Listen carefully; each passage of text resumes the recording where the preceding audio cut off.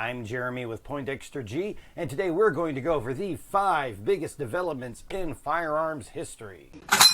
So the reason I'm picking these 5 is because I think these are the biggest things that have had the most impact on firearms, that they have changed the way that firearms are used and made and designed now. Now I'm going to start off with my honorable mention, and the reason it's an honorable mention is because this was something from way back in the firearms days, and while it did have a big impact, it really, in the form that it was around at that point, isn't used anymore, unlike all these others which are still very much all around and used. Now your earliest firearms, it doesn't really matter if we're talking a rifle or a pistol, they were just flintlocks. Basically, you just had a pan that had some powder in it. The flint, when it struck against the metal, put sparks into it, which caused that to ignite. That, in turn, caused the larger powder charge to go off and send the projectile out. You could pretty much do one shot at a time with this here.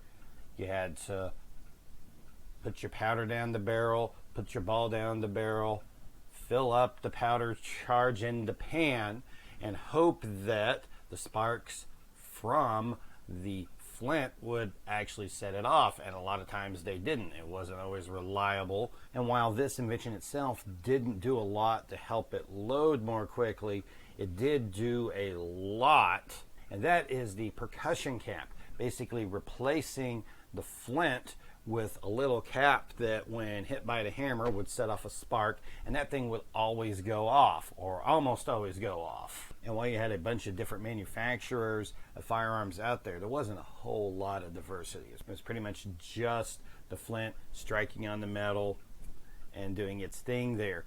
The percussion cap allowed designs to change and allowed a lot more things to go in there. And while the percussion cap in the form that it is today is really only used in muzzle loaders anymore, it was a major part of the development of being able to move away from the old flintlock design. Now, going into the actual numbered list here, we're going to start off with number 5, which is the self-contained cartridge.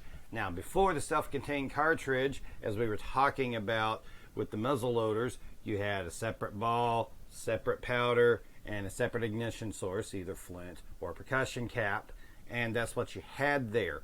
You had to cram all that down the barrel, or in the case of black powder revolvers, down the cylinder of each one, so you really couldn't reload quickly. So they finally got the idea to start putting all of the components that you need into one thing. So you started finally going into metal, usually brass cartridges, where you would have a cartridge, the powder in there, the projectile and bullet in there, and the ignition source, a primer, in the bed of it there. And there was actually a lot of resistance to this when it first came out, because people were scared that these things were just going to like randomly go off. I mean, you've got like all the components of what you need all there together in one thing. I mean, any little thing could set this off. Well, it ended up not being the case. Ammunition is, really doesn't go off easily on its own. But the self-contained cartridge is what started to allow rapid reloading of a firearm. The number 4 on my list is going to be something that actually encompasses quite a few different ideas, but that is going to be the concept of a repeating firearm. Now, what I'm going to call a repeating firearm is going to be anything that lets you put more than one round in there at a time. So this is going to come about in 2 different ways: the revolver and the magazine. You saw revolvers take over almost exclusively once that concept was out there of being able to have the cylinder in there and a bunch of different ones in it. And this also includes the magazine, and this is going to be the magazine in all forms. They're going to be internal magazines, like a tube magazine like you see on the lever guns and on most shotguns. Also your internal magazines that you see on things like the Mannlichers and the Mausers, and also going into other things like the M1 Garand, and then on to other things like the detachable box magazine. But this allowed more than one round to be put in the firearm, and this was an important step to move on to other things. Number 3 on my list is going to be the advent of smokeless powder. Now, black powder is what had been used for a long time in one form or another. There were various different, mixes of black powder and different formulas of it, but there wasn't a whole lot of variation in it. And a few of the downsides of black powder was you were just limited on the amount of power that could come out of it. Black powder was also very dirty and fouled things up. So if you wanted the action of the gun to do a lot of really complicated stuff, it wouldn't be able to do that for very long because it would get too dirty and would get bound up from all the black powder gunk just getting in there. And so when the French came up with smokeless powder in one of their rifles, that just completely changed everything. You were now able to get a lot more power out of it. You could get more speed out of it. It didn't bind things up in there, so the actions could get more and more complicated, and it allowed it to start doing other things. The idea of the Spitzer bullet, which is a pointed round like this versus the more rounded ball round that you have here, Spitzer really couldn't get enough speed to be any type of advantage with black powder. It was smokeless powder that allowed smaller, faster bullets to come into play. Number 2 is going to be the self-loading firearm. I'm calling this self-loading because this is what allowed semi-auto and full auto actions to come into being. It's basically the concept of having the power of the just fired cartridge be used to load the next round into there. And you can see once this idea came into being that full auto and semi-auto both came pretty much right at the same time.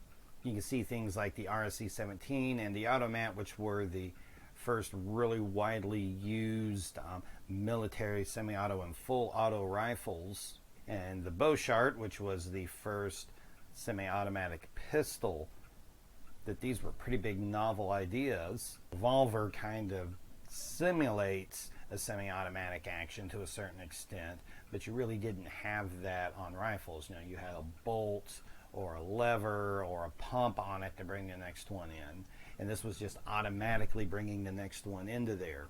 And the last big development in firearms is the use of polymer. Now, before polymer came in there, pretty much everything you saw on firearms was metal and wood, and that's pretty much all you had there. And while metal and wood are great, metal and wood are kind of heavy. And you've now seen polymers take over. First, really starting to take over the use of stocks and grips. You would see plastics being used for grips on pistols. You started seeing polymer stocks on rifles, but it has moved from just the grips and stocks to moving on to actual frames. Now, the firearm is probably the single most important thing in polymers being used in frames is going to be the Glock. Now, H&K had the VP70, which came out a number of years before the Glock, but it was really the Glock that brought it into being used all the time. And people didn't know what to necessarily think of the polymer frames at times. There were people that are like, man, these things are going to just crack and blow up, and that didn't seem to be the case.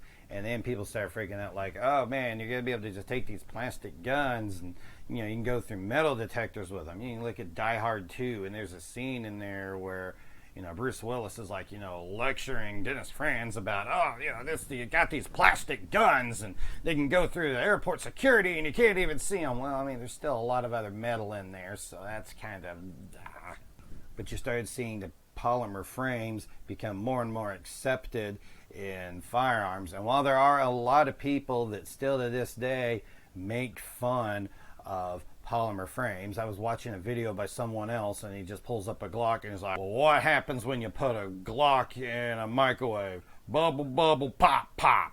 Why are you putting guns in microwaves? I don't even understand this comment. Is surviving a microwave something that you expect your firearm to be able to do? But despite those few people still making fun of them today, it's pretty much been shown that polymer handguns are very reliable, and now you're even seeing polymer frames showing up on revolvers. You're seeing them show up on AR-15s and other rifles now. So now, because of the use of polymer in the frames and stocks and grips were knocking a lot of weight off of firearms and making them much more portable. And so that's my list of the biggest developments in firearms history. What do you think of it? Did I leave something off that you think needed to be on there? Well, you can go down into the comments section and let me know what you think about that. You can also give this video a thumbs up and a like. And you can also subscribe to my channel to make sure that you catch all the videos that I post and not miss anything. I'm Jeremy with Poindexter G, and we'll see you next time.